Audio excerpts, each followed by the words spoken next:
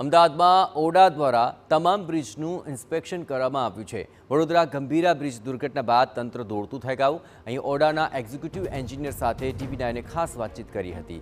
Sardar Patel ring road પર કુલ 15 મોટા ઓવરબ્રિજની તપાસ હાથ ધરવામાં આવી છે, જ્યાં ભાટ ગામ પાસે સાબરમતી નદીના બ્રિજની તપાસ હાથ ધરવામાં આવી। ઓડા રેપિડ વિઝ્યુઅલ સેફ્ટી એસેસમેન્ટ કરશે। પ્રથમ તબક્કામાં બ્રિજની બહારની સાઈડની અંદર તપાસ હાથ ધરવામાં આવશે।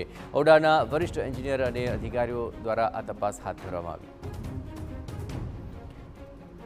ગંભીરા બ્રિજ દુર્ઘટના બાદ રાજ્યભરના બ્રિજની તપાસ હાથ ધરવામાં આવી છે, તો અમદાવાદમાં પણ ઓડા દ્વારા તમામ બ્રિજની તપાસ હાથ ધરવામાં આવી, કે જેમાં ઓડાના ઉચ્ચ અધિકારીઓએ બ્રિજનું રેપિડ વિઝ્યુઅલ સેફ્ટી એસેસમેન્ટ કર્યું, કે જે દરમિયાન ઓડાના એક્ઝિક્યુટિવ એન્જિનિયર સંજયભાઈ પટેલે TV9 સાથે કરેલી ખાસ વાતચીતમાં જણાવ્યું હતું કે તે ઓડા હેઠળ આવતો એક પણ બ્રિજ જર્જરિત હાલતમાં નથી। સાથે ઓડા દ્વારા વખતો વખત બ્રિજની કન્સલ્ટન્સી એજન્સી દ્વારા પણ તપાસ કરવામાં આવતી જ હોય છે।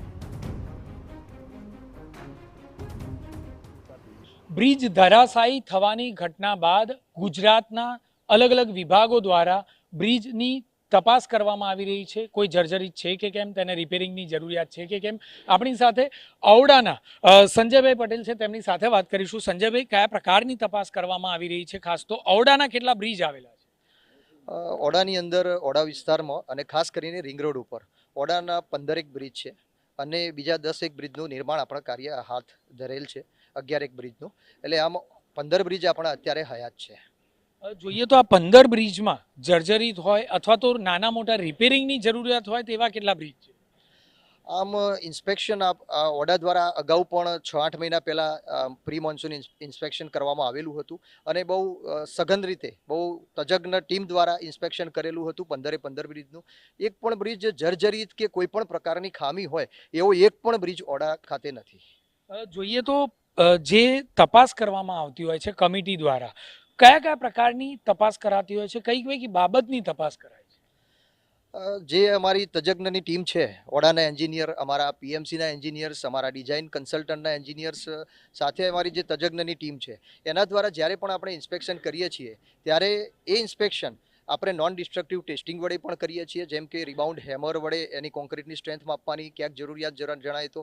બાકી વિઝ્યુઅલ ઇન્સ્પેક્શન કરીએ છીએ। બેરિંગ હોય એની તો બેરિંગ, ગડર, એનો ડેક સ્લેબ અને પિયર કેપ અને નીચેનું ફૂટિંગ હોય તો ફૂટિંગ તો હિડન આઇટમ છે, પણ જે કેપ ઉપરની હોય એ જેટલી દેખાય કેપ એ કેપનું અને સાથે પિયર કેપ, ઉપરની બેરિંગ, પેડેસ્ટલ અને ગડર અને સાથે ડેક સ્લેબ, આનું આપણે ઇન્સ્પેક્શન કરતા હોઈએ છીએ। આ ટીમનું ઇન્સ્પેક્શન થઈ જાય ત્યારબાદ કયા પ્રકારનું ઇન્સ્પેક્શન થતા હોય છે? કોઈ મશીનરીનો ને એનો ઉપયોગ કરાતો હોય છે? જો ઉપરના ભાગે આપણે ગડરનું વિશેષ ઇન્સ્પેક્શન કરવું હોય કે પેડેસ્ટલ કે બેરિંગનું ઇન્સ્પેક્શન કરવું હોય તો અમે MBIUનો ઉપયોગ કરતા હોઈએ।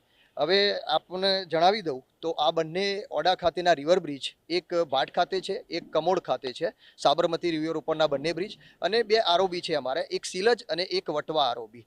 આ ચારે માટે અમે અત્યારે આ જે ઇન્સ્પેક્શન ચાલુ કર્યું છે એમાં એની અંદર વિઝ્યુઅલ ઇન્સ્પેક્શન પત્યા પછી આ ચારે બ્રિજના અમે કન્સલ્ટન્ટ નિયુક્ત કરી દીધા છે।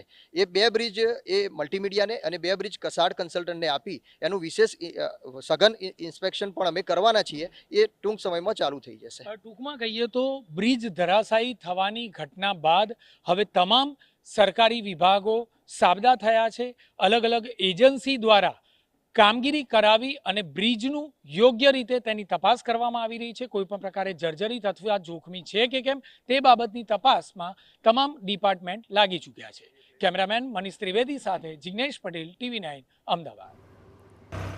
અત્રે ઉલ્લેખનીય છે કે ઓડા દ્વારા વખતો વખત બ્રિજની કન્સલ્ટન્સી એજન્સી દ્વારા પણ તપાસ કરવામાં આવતી હોય છે, ત્યારે TV9 દ્વારા ઓડાના ઇજનેર પાસેથી બ્રિજને લગતી ટેકનિકલ બાબતોનો ચિતાર મેળવવામાં આવ્યો। માહિતી પણ બ્રિજના ગડર, સ્લેબ, આ ઉપરાંત બેરિંગ સહિતના ભાગોનું શું મહત્વ છે તે અંગે ઓડાના ઇજનેર દ્વારા સવિશેષ જાણકારી આપવામાં આવી। ઔડા દ્વારા અલગ અલગ બ્રિજનું ઇન્સ્પેક્શન કરવામાં આવી રહ્યું છે। આપણી સાથે ઔડાના એક્ઝિક્યુટિવ એન્જિનિયર સંજયભાઈ પટેલ છે, તેમની સાથે વાત કરીશું। સંજયભાઈ, સૌપ્રથમ તો ઇન્સ્પેક્શનમાં કઈ બાબતની કેવી રીતની તપાસ થઈ રહી છે? આપ જે જોઈ શકો છો અત્યારે અમે રેપિડ વિઝ્યુઅલ સેફ્ટી ઇન્સ્પેક્શન જે કરી રહ્યા છીએ, એસેસમેન્ટ કરી રહ્યા છીએ, એની અંદર હું આપને બતાવું તો આ જે છે આ બ્રિજની અંદર આ જુદા જુદા કમ્પોનન્ટ છે. એ નીચે આપ જોઈ શકો છો એ પાઇલ છે. પાઇલ ઉપર આ પાઇલ કેપ છે. પાઇલ કેપ ઉપર પિયર આવે. પિયર ઉપર પિયર કેપ છે. પિયર કેપની ઉપર આપ જે ગડરની નીચે જે કોન્ક્રીટના બ્લોક જોઈ રહ્યા છો એ કોન્ક્રીટ બ્લોક છે. એ પેડેસ્ટલ છે. પેડેસ્ટલની અને ગડરની વચ્ચે એક થોડી ગેપ આપને 40 થી 50 mm દેખાય છે. એ ગેપ નથી પણ એની અંદર બેરિંગ્સ હોય. પેડેસ્ટલની અંદર બેરિંગ્સ હોય. જે આ બેરિંગ આ સુપર સ્ટ્રક્ચર આખું ઉપરનો ભાગ છે સુપર સ્ટ્રક્ચર, અને આ જે બેરિંગ છે એની ઉપર સુપર સ્ટ્રક્ચરનો ગડર આવે, અને એ ગડર અને સાથે એની ઉપરનો હોય એ ડેક સ્લેબ હોય આરસીસી, અને એ ડેક સ્લેબ ઉપર આપણે રાઇડિંગ ક્વોલિટી સારી મળી રહે એ રીતે આપણે બીસી કે માસ્ટિક આસમાન કરાવતા હોઈએ છીએ. જે બેરિંગ છે તે મહત્વનો રોલ અદા કરતું હોય, કારણ કે બધો જ લોડ તેના પર આવતો હોય. બેરિંગમાં ખામી છે કે કેમ તે કઈ રીતે ચેક કરી શકાય? બેરિંગની આપણે વાત કરું તો બેરિંગ આપણી પોટ પીટીએફઈ બેરિંગ હોય કે ઇલાસ્ટોમર બેરિંગ હોય, તો એ બેરિંગ છે એ બેરિંગ જ્યારે પણ આપણે જે પણ બ્રિજ ડિઝાઇન કરીએ છીએ એ બ્રિજ ડિઝાઇન કરવા માટે એનો લોડ આપણે કેલ્ક્યુલેટ કરેલો હોય છે કે પર્ટિક્યુલર બ્રિજ ઉપર ફોર એક્ઝામ્પલ હું તમને ઉદાહરણ આપું તો 200 મેટ્રિક ટનનો જો લોડ આપણે એનો કરેલો હોય તો 200 મેટ્રિક ટનના લોડને આધારે એ બેરિંગ જ્યારે પણ આપણે જે કંપનીમાંથી બેરિંગ લઈએ, બેરિંગ બનાવવાની બહુ આઈએસઆઈ બેરિંગ બનાવતા હોય છે અને બહુ સારી ક્વોલિટીની બેરિંગ બનાવતી કંપની પાસેથી જ્યારે આપણે બેરિંગનો એ લોડ માટે ડિઝાઇન કરવા બેરિંગ ડિઝાઇન કરવા માટે ઓર્ડર આપીએ, એના પછી એ બેરિંગ ડિઝાઇન થાય. ડિઝાઇન થયા પછી એ બેરિંગ આપણે જ્યારે એનું ઇન્સ્પેક્શન કરવા જઈએ છીએ ત્યારે સમગ્ર ટીમ સાથે કે અમારા ડિઝાઇન એન્જિનિયર્સ હોય, આપણા ઓથોરિટીના એન્જિનિયર્સ હોય કે આપણા પીએમસીના એન્જિનિયર્સ હોય અને એજન્સીના એન્જિનિયર્સ હોય, એ બધા એક ટીમ બનાવી અને બેરિંગ ઇન્સ્પેક્શન માટે જે તે કંપનીમાં જવામાં આવે, અને એ બેરિંગ 200 મેટ્રિક ટનનો લોડ હોય તો 200 મેટ્રિક ટનના લોડ પ્રમાણે એને ત્યાં પણ એટલો લોડ આપીને ચેક કરવામાં આવે, અને એ ચેકમાં ઓકે આવેલી બેરિંગ જ આપણે અહીંયા બ્રિજ માટે લાવતા હોઈએ છીએ.